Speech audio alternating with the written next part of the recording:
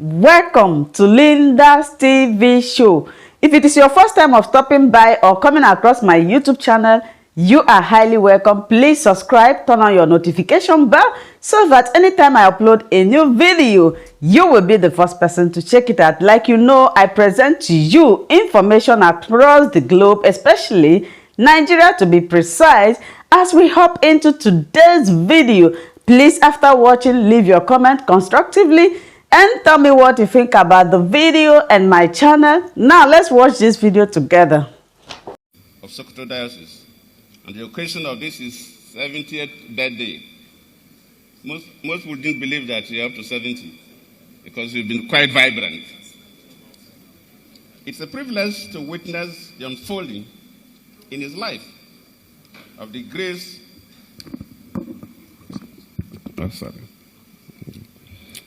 It's a privilege to witness the unfolding in his life of the grace, of the promise of 70, which is the scriptural minimal.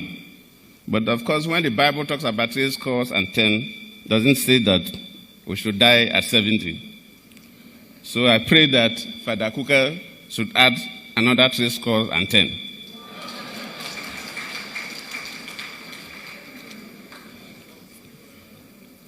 I joined other Nigerians, his friends, and well-wishers across the world to pray for God to grant him longer life in good health and the strength to carry on with his crusade for a just and functional human society. Some of the people who spoke talks about how Father Kuka bruised them. Father Kuka must bruise all of us. Because when you are living in a dysfunctional society and you are a clergyman, you can't keep quiet. In fact, Father Kuka asked whether he bruised me too. But see, the society we are managing is quite complex. Yes, I was the president, I tried my best, but does not mean that we had no issues. Now we are talking about ASO strike. During my time too, ASO had 4 months of strike. Different committees were meeting and nothing was working. And I said, how can our students stay out of school for 4 good months? I had to call a meeting of all the leadership of ASU. I presided over the meeting with my vice president. The attorney general was there.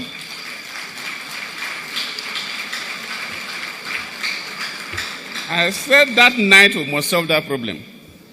Attorney General was there, Secretary of Government was there, the Ministers of Education were there, the Labor Ministers were there, the Finance Ministers were, everybody that has to do with. And I thought that my being there will help us to do things quickly.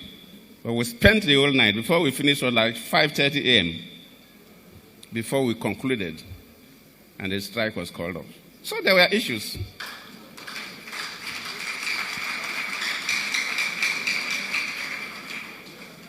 It is not surprising that the theme of today's conversation is focusing on what the organizers have aptly identified as Nigeria's unfinished greatness, the next steps.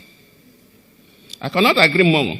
Nigeria is indeed a work in progress, and until that work is done, people like Bishop Kuka, who God has positioned as the conscience of the nation, will continue to be around to constantly hold us and show us that there is a mirror reflecting all of us that have been in leadership or in leadership. And Kuka, no apologies to anybody. Do what God has assigned you to do. We have a distinguished panel that will interrogate this topic. And the moderator, Mokwe, if she is around too, I know her capacities. So I was invited as a special guest, so I will not say much. I believe the panelists will do justice to the topic. In the course of the last few years, since I left government, I have been involved in the work of promoting democracy, credible elections, and peaceful transition across Africa, which is the focus of my foundation, the Goodluck Jonathan Foundation. From what I know and I have seen, I cannot confidently say that the experience and struggle for development they are similar across our experiences are similar across Africa. Nigeria may not be where we want it to be now, but we should not give up. We should not lose hope. We should not focus only on the negative. Judging from where we are coming from, if you look at our story from amalgamation, especially from to 1960 when we gained independence, and especially from 1960 to date, at least we have progressed significantly. I know we have issues, but we have progressed. A nation is an organic being that sometimes suffers setbacks along the line. From 1960, the nation, no doubt, has had its own dose of setbacks. This cut across during this military time, during civilian rule, we have been experiencing setbacks. The worst was the 3 years civil war that really set us behind. But in every setback,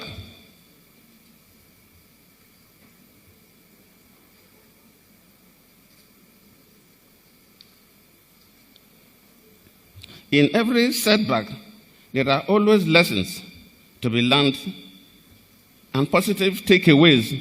Even if you take our civil war, as a nation, we're supposed to gain from it after the war, after the death and destruction. Because I remember then that, especially in the eastern region, some of the scientists started developing certain things to help fight the war. Even crude oil, they started crude refineries.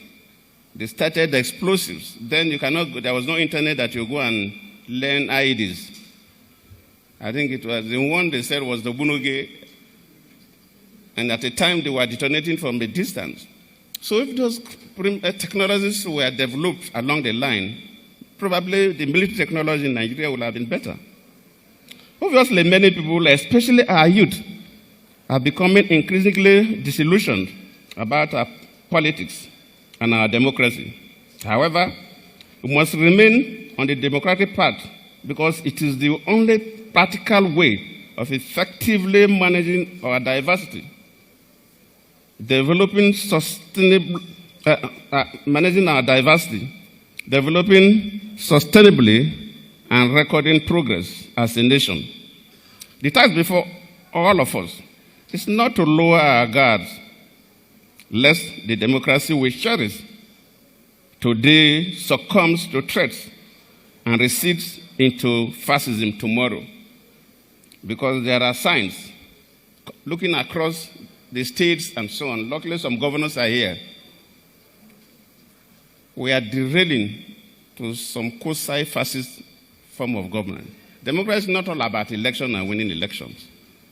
Democracy is about accommodation. We as leaders, especially now that elections are coming, leaders at the center, leaders at the state level, must accommodate different views. Politics is all about accommodation and inclusion. So the people will discuss, I believe that they will interrogate these topics very well. We must have a country that we all believe in. If you look at the statement made by leaders, especially at independence, because we had 3 major regions and later the Midwestern region, people were thinking more about their regions. So even now, people don't believe that Nigeria is their nation. In fact, people will tell you clearly that Nigeria is not a nation. Yes, we know that in terms of technical definition, but it is not only Nigeria that we have different nationalities coming together to form a country. Almost all the countries in Africa, I can say all. There's no country in Africa that you go, there's only one nationality that you would see maybe in the Arab world, in Southern America, and so on. But others have been able to come together and have a country that all of them believe in. So what is holding Nigeria back? And until we believe that we have a country, that no matter what you are, no matter how you worship, we have equal rights. then we have nowhere to go. When I was in office, there's some challenges, information that got to me, and I got worried. Some parts of southern Nigeria, if a Muslim dies, to get a land to bury used to be a problem. Some parts of the north, if a Christian group want to build a church, you cannot get land from the government. Some other person has to go and get land as a personal land before that person can donate to the church to build. And I set up a committee made up of governors that, look, we must move away from this division to not lead the country anywhere. Unfortunately, that came towards the tail end of the government and I couldn't go too far. But these are the things that worry us. A Nigerian must be proud of being a Nigerian, no matter how you worship your God. Look at just West Africa. Go to all the countries in West Africa. There's no country that you don't have Muslims and Christians. Why is that? Why is that of Nigeria is different in different proportions?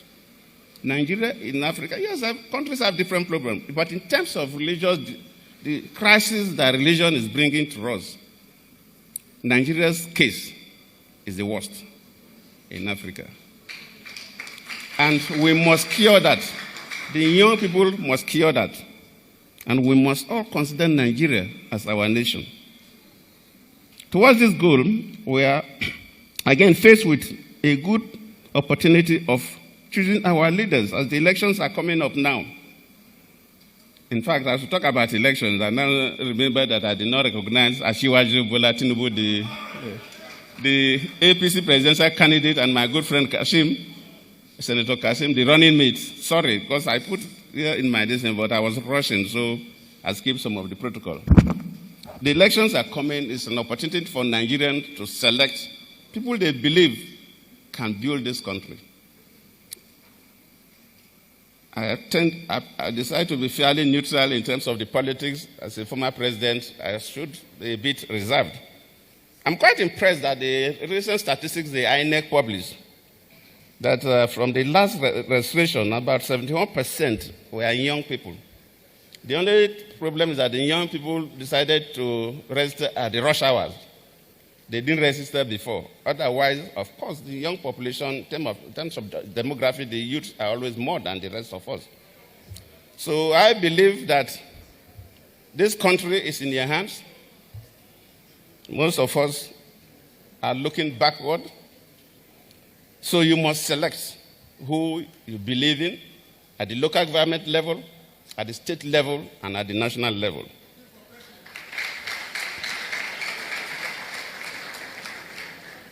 You should not be used for destructive purposes, going to snatch ballot boxes and destroying ballot election materials. You must have this country and push your country. Today's program, as we have been told, is a twin event. We are also launching a fund for the Cooker School of Government.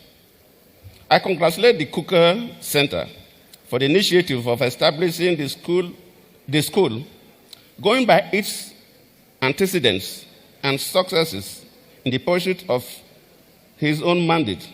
I believe that the center has the capacity to deliver on this new project. Bishop Cooker comes from a long tradition of productively engaging the Nigerian state, while always deploying the experience of his considerable exposure, his own international reach, academic prowess, and sense of justice. Bishop Cooker is clearly one person whose name can give the school that is to be established the credibility it requires. When God blesses you, like Papa Noshu emphasized that Bishop Cooker, first and foremost, is a priest. I agree. And when God blesses you with great intellect, like Cooker, as he has done in the different cases, the Almighty God will also give you other assignments to do. So Bishop Cooker will know it's not only winning souls for the Lord, but it's the conscience of society. And that is the role that it has played, and played very well. And it should continue to play that role. I believe that the Kukah School of Government is coming as a culmination of all other of Bishop Kukah's activities. And I believe that this school will help to come up with ideas. Intellectuals will come up, discuss key issues, and these issues will translate and cascade down. When intellectual issues are being discussed and are not presented as a form of partisan politics, people in government will listen. But when it is very confrontational to a government is made up of human beings. So when presentation becomes a bit confrontational, that's why you see people in government resisting, and somebody will want to come and counter that statement.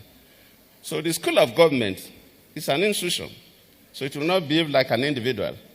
So they will be able to interrogate topics. Sometimes people talk about the national issues. What is the national issue?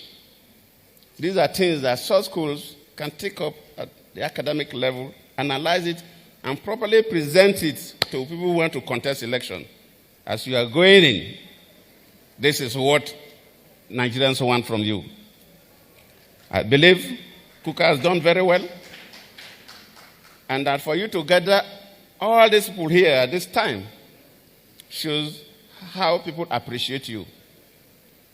So, on behalf Thank you so much, my wonderful viewers, for watching this video together with me from the beginning to the end. Like I said before, if you like what you see here, if you like what I do in this platform, as you have finished watching this video, please hit that red button that says subscribe and put on your notification bell to all notifications. In that way, you'll be able to know when I upload a new video. Share my videos, leave your comments in the comment section constructively.